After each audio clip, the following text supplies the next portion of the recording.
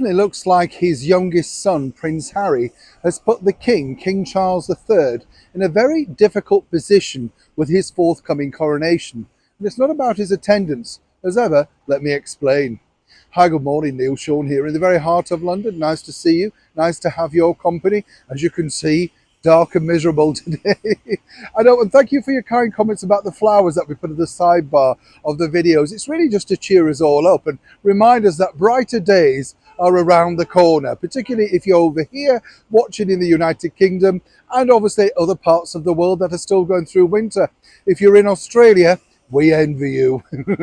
Seriously, we do, but obviously we'll have hard turn at some point, won't we?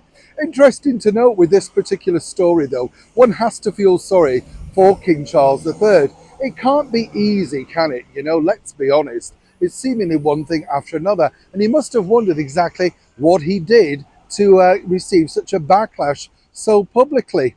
As we know, of course, it's very disheartening that Harry's now decided to attack his stepmother Camilla, who's shown him nothing but encouragement, support and kindness, and a relationship that truly got on up until, as I say, the arrival of Miss Meghan Markle. No need to dress it up anymore. That's the facts. The fact that Harry can't see it is obviously a problem for him.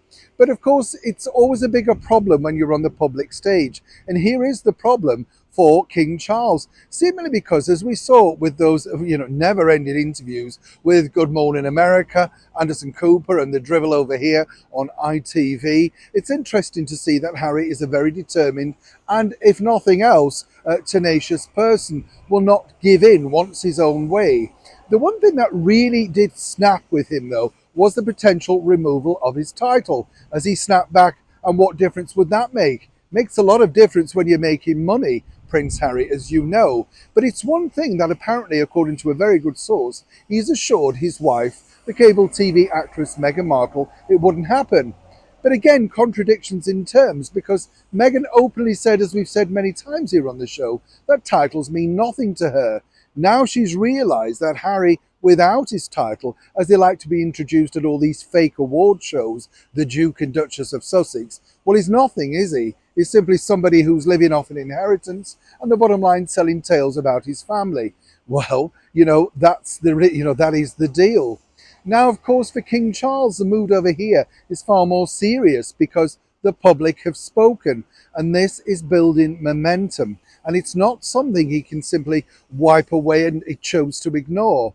The public really rule the monarchy. The bottom line is that they may think they make those choices, but it's the public, as we've seen with the disgraced Duke of York, Prince Andrew.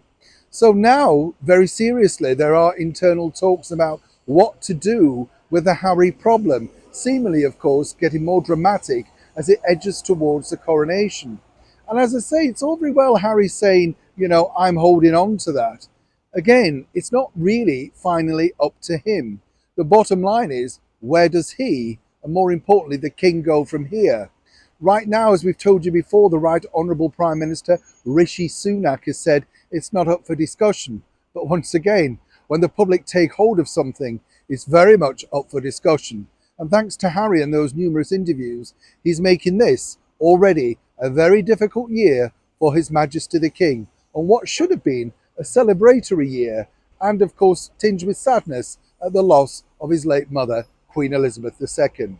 This is a moving news story, and as ever, when I know more, you'll know more. Neil Sean in the very heart of London.